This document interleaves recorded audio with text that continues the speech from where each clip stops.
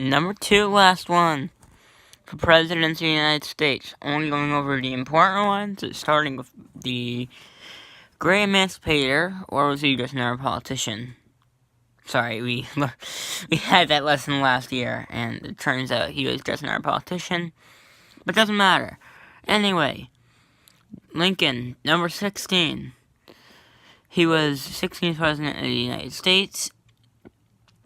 As I said, he was elected in 1861. He was born in Kentucky on February 12th, 1809. He was a Republican, and he died April 15th, 1865. And we'll talk about how later. Lincoln. Do you want to know how he started his presidency? By declaring war. The nation was divided. We have the North up here, which is Massachusetts, Vermont, New Hampshire, New York, Connecticut, Pennsylvania, Maryland, and this is Kansas. And we have a few other states here. We have Michigan. And these ones, I know the names of them, but I don't want to list them out. Then we have the Confederate States of America. We are Texas, Louisiana, Florida, North Carolina, yes, both Carolinas? Yeah, both Carolinas, I'm pretty sure. I didn't know that. Alabama, and Tennessee, and a few other states. Then we have these 3 states here that are not in it, that are actually don't even care. And those are called the border states, which stayed in the Union, and even though some of them they never fought in the war. So Lincoln gets to start by declaring war, and on April 6th, and you're probably wondering, but why did he declare war? Well, it's because on April 12th, 1861, while the Americans were trying to resupply Fort Sumter in South Carolina for only food and water, no guns, no ammo, no nothing, the Confederates blew up their ships and hit the base. After that, the United States declared war on the Confederate States of America. Now, here's the thing. He was not planning on this.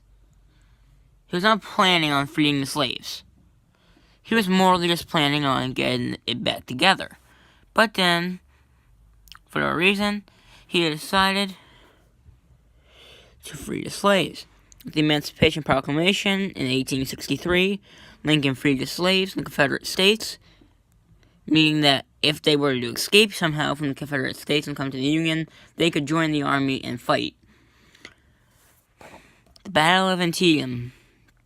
Lincoln goes there to visit, and this was the worst battle of the war in American history. The bloodiest. The worst. Some more years of fighting went on, and then we had the next worst battle. This one was actually the worst. That one was the worst at the time. That was the worst single-day battle. Gettysburg's the worst battle, probably ever, I'm gonna say, besides D-Day, Iwo Jima, stuff like that. But after he made his famous Gettysburg Address, and one quote from that address is that these dead shall not have died in vain, that this nation under God shall have a new birth of freedom, and that the government of the people, by the people, for the people, shall never perish from the earth. It's something he said. It's right in the book, too, in case you want to read it. But this was after the Battle of Gettysburg. More hard years of war went on. More blood was lost. But then eventually, on April 9th, 1865, the Confederate General Robert E. Lee surrendered and handed his sword over to Northern General Ulysses Grant. And that was it. That was the end of the war. The nation was back together. Slaves were freed. And even though they weren't treated like that well, they were still free. But then, a few days later, not that long after, actually, a few days later, after the Confederate surrender, on April 14th, 1865, only 5 days later, during a performance of Our American Cousin at Ford's Theater in Washington, D.C. A Confederate supporter, John Wilkes Booth, snuck into Lincoln's boombox and shot him in the back of the head. They tried their best to revive him, but he died. The country mourned, the North especially. The South looked like crap after this. And that's Abraham Lincoln. Next up, we have Theodore Roosevelt. This guy was a freaking beast. Gotta say that much. He was a Republican. He was 42 when he was elected. He was born on October 27th, 1968. And he was president from 01 to 09 in the 1900s. Now, what's so important about him? Only a few things. He is a veteran of the Spanish-American War in 1898. He was an assistant secretary of the Navy. So he helped them capture Cuba and all of that. But also, he was the youngest president of the United States at 42 at the time. Roosevelt was well qualified. He was a writer, a cowboy, he was a war vet, and he gave the Americans a square deal. He was fearless of anybody, and he had a good balance between business and the needs of workers. Alright, next, we have the one, the only, the one who had to give a little bit of a tragic speech. One of the only presidents to die in office.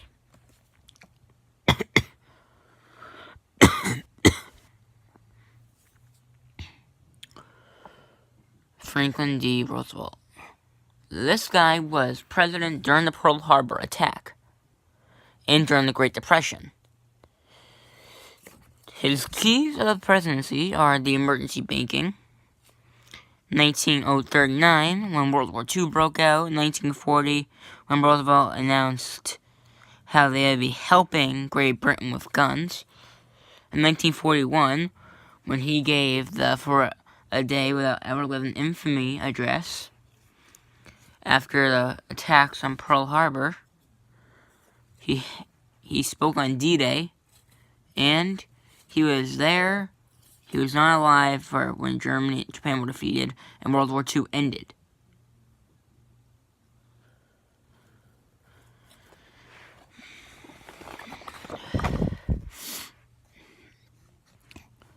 Doctor in the War.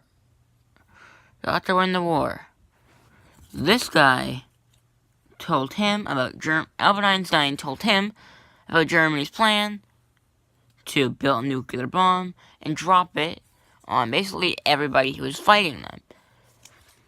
But then he died, unfortunately. So this guy had to take over. Harry S. Truman. Probably wondering, why is he known? Oh, I don't know, because he just dropped the first bomb ever, nuclear bomb. First nuclear bomb. He was there during the Korean War, during World War II. He helped Berlin get supplies at the end of World War II. And he dropped the first two atomic bombs. And he said, and he wrote to himself, "We have discovered the most terrible mob in the history of the world." And Dwight D. Eisenhower is a World War II general who also spoke during D-Day and also was there during the space race to help the Americans get the W. Ronald Reagan. This guy. He was president during the unfortunate events of the Challenger space shuttle explosion on January 28, 1986. He was nearly assassinated when he was first elected, And also he was president during during the first Iran War in 1986.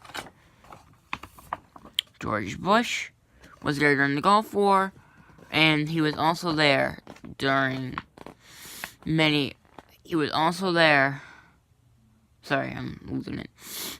He was also there when the United States started to invade the Middle East. Clinton